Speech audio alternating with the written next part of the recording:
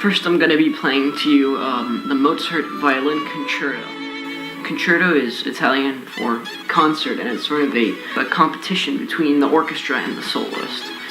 The Mozart Violin Concerto number 3 it's really a concerto that I really like because it just has everything. The first movement is sort of both happy and light, and then the second movement is extremely beautiful. The third movement is sort of heavy and but also very joyful and dancing. Right at the end of the piece, the soloist plays a sort of section of the concerto that's called the cadenza, which is actually a part where only the soloist is playing.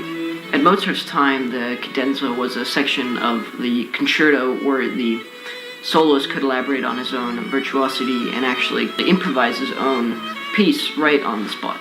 Nowadays, many violinists play cadenzas written by previous masters, but I've actually chosen to improvise my own cadenza. Mozart's third violin concerto was composed in 1775, and in the letter to his father, he actually called it the Strasbourg Concerto. He uses quite a lot of sort of techniques. In the third movement, he uses a melody called the Strasbourg melody. In the second movement, we also see that he adds a sharp, as he usually does, but we also see that he adds 2 flutes and 2 oboes.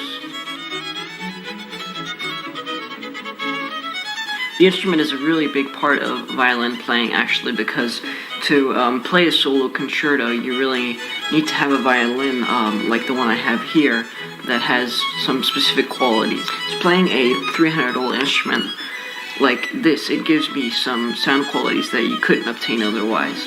So it has a sound that can project very far, so that all the way down in the end of the concert hall, it still sounds like it's all the way up close. There's a lot of flexibility, at least, in what you can do with an instrument, how you can express. In contrast to the solo concerto, we have a sonata, which is much more intimate and not as sort of large. The sonata was composed by Mozart in 1778. It's his 18th sonata. It's written in G major, and I think this is really one of my favorites, so I've chosen some of the best Mozart that I think I can for you guys.